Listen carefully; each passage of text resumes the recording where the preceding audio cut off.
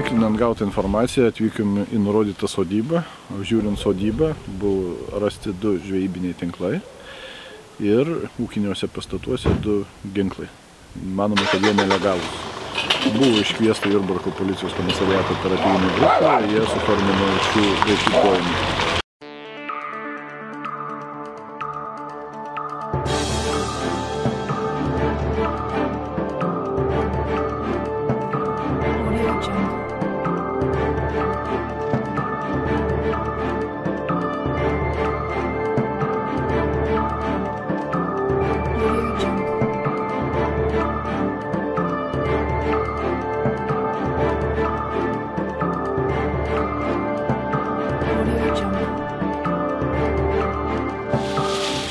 Čia ginklai tai ne mano.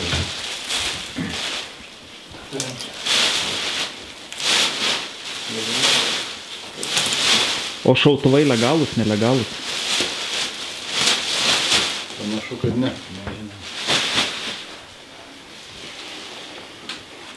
O tai manot normalu namuose laikyti tokius ginklus? Tai kad čia jie ne mano yra, padėjo. Pasiliko jį.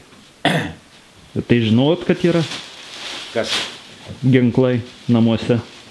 Žinau. Žinot, kad ginklai nelegalūs, kodėl nepranešėt pareigūnų?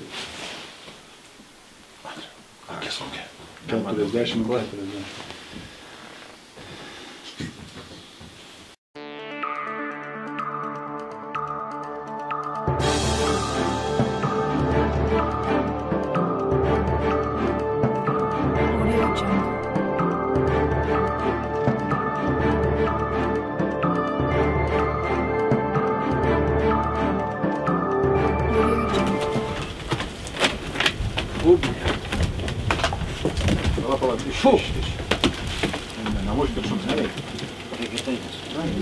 Gražiai pažiūrėti.